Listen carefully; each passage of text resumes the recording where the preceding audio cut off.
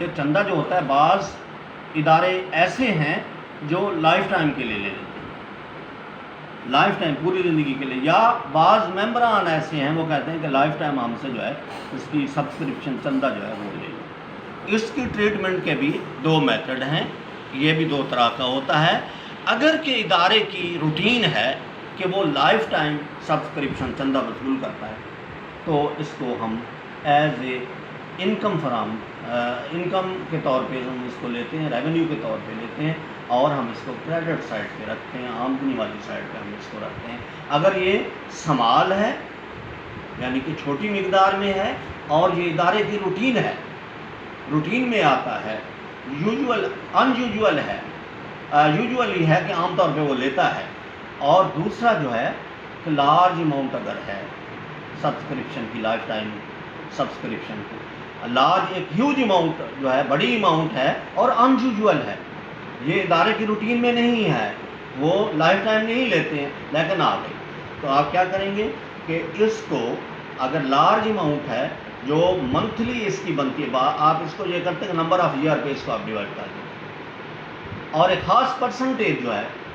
یعنی کہ ایک اس کا حصہ سبسکرپشن کا پرسنٹیج ایک خاص، اس کو آپ as a revenue income treat کرتے ہیں، اور بقیہ جو ہے آپ بیلنس شیٹ کے اندر آپ ایز اے لائبلٹی اس کو لے کر جاتے ہیں۔ اس کے بھی دو میتھڈ ہیں کہ لائف ممبرشپ سبسکرپشن چندہ جو لائف ٹائم کے لیے ہو، پوری زندگی کے لیے دیا جائے، اگر سمال اماؤنٹ کے اندر ہے، تھوڑی رقم ہے، اور یہ ادارے کی روٹین ہے کہ وہ یوجولی اس کو لیتے ہیں، عام طور پہ اس کو لیتے ہیں، تو آپ اس کو پورا اس سال کی انکم کاؤنٹ کریں گے اسی سال۔ اگر یہ ہیوج اماؤنٹ ہے، بڑی اماؤنٹ ہے، اور ادارے کی روٹین نہیں ہے، ان یوجول ہے، تو آپ اس کو جو ہے ایک خاص پرسنٹیج اس کی ایز اے ریونیو لیں گے، اور اس کو نمبر آف ٹوٹل اماؤنٹ کو نمبر آف ایئر پہ ڈیوائڈ کر دیں گے، اور بقیہ آپ بیلنس شیٹ کے اندر ایز اے لائبلٹی لے جائیں گے۔ چوتھا پوائنٹ جو ہے ڈونیشن ہے، ڈونیشن اور گرانٹ۔ بعض دفعہ گورنمنٹ یا کچھ مخیر حضرات ڈونیٹ کر دیتے ہیں، وہ ممبر آپ کے نہیں ہوتے، وہ آپ کے اس کے ٹرسٹ کے، آپ کے اس فلاحی ادارے کے ممبر نہیں ہوتے، سوسائٹی کے ممبر نہیں ہوتے، لیکن کچھ ڈونیٹ کر دیتے ہیں، ڈونیشن دے دیتے ہیں، یا گورنمنٹ بعض دفعہ ایسے اداروں کو گرانٹ دے دیتی ہے۔ اس کے بھی دو ٹریٹمنٹ ہیں کہ اگر usual donation which is treated as a income, اگر یہ ہے سمان اماؤنٹ کے اندر، ڈونیشن یوجول ہے، عام طور پہ ملتی رہتی ہے کہ ہر سال یہ آتی رہتی ہے کہ گورنمنٹ اتنی ڈونیشن دے دی گورنمنٹ نے، یا کسی مخیر حضرات نے ڈونیٹ کر دیا، کوئی گرانٹ دے دی، تو آپ اس کو as a revenue income treat کریں گے۔ اگر ڈونیشن اسپیشل ہے،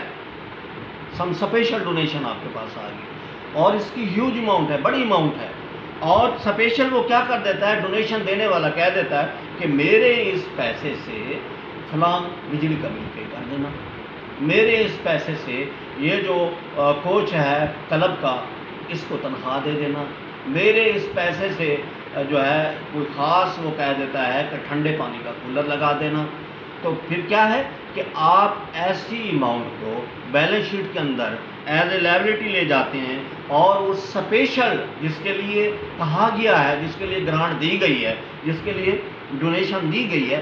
اس کا وہ حصہ آپ ایز اے ایکسپینڈیچر کے طور پہ ریونیو میں لے لیں گے، انکم اینڈ ایکسپینڈیچر میں آپ آمدنی، بقیہ آپ لائبلٹی کے طور پہ آپ کی ذمہ داری ہے، آپ بیلنس شیٹ کے اندر رکھیں گے۔ یہ 4 پوائنٹ میں نے آج آپ کو بتائے ہیں۔ پہلا ہے انٹرنس فی، داخلہ کے وقت جب کوئی ممبر داخل ہوتا ہے کسی سوسائٹی میں یا بینیفیشری بننا چاہتا ہے کسی فلاحی ادارے کا، اس وقت جو فی دیتا ہے۔ پھر ہے سبسکرپشن، جو وہ ماہانہ یا سالانہ چندہ دیتا ہے اس کے لیے، اس کے اخراجات پورا کرنے کے لیے۔ Number 3 life time membership subscription ہے، چندہ ہے پوری زندگی کے لیے، جیسے آپ لائف ٹائم ٹوکن دیتے ہیں اپنی گاڑی کے۔ اور چوتھا جو ہے ڈونیشن ہے، تو اس کی میں نے آپ کو بتایا ہے، اس کی ٹریٹمنٹ بھی بتائی ہے۔ کل بقیہ 4-5 پوائنٹ جو ہیں ان کا ہم انشاءاللہ ڈسکس کریں گے۔ آپ نے ان کو صحیح طریقے سے اس کو ریڈ کرنا ہے، پڑھنا ہے، اور پھر اس کو دیکھنا ہے، اور یاد رکھنا ہے کہ ہماری یہ جو ہمارے اس کے